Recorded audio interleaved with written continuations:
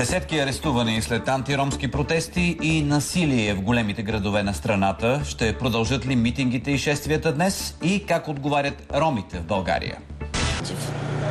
Ти си въоръжен. Защо си въоръжен? Какво се пазиш? Да се пазиме. Какво се пазиш?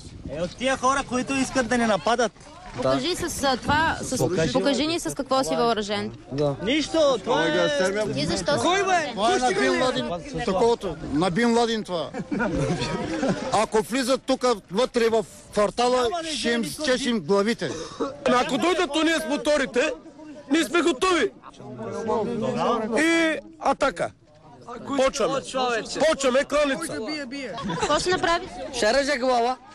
Те са 3000 човека. Айде да влезат тук да видим. Ние ако тръгнем 50 000, кой ще ни фане? Джамията, ако е запален, значи ние сме запалени. Заради ние Да знаем, тук ще стане голяма война. До сега ние живеехме като братя. Не определяхме нищо.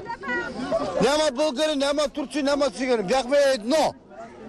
Но, щом те сега така тръгнаха, от тази нощ, от тази дата, от този ден, ние тръгваме обратно.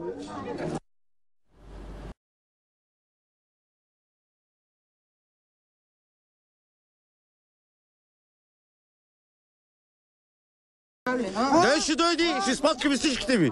Аз ви го казвам, ден ще дойде това, този ден ще дойде. Ще траем една седмица, 2 седмици ще траем, ще стане много лошо. Сигурно, че трахме.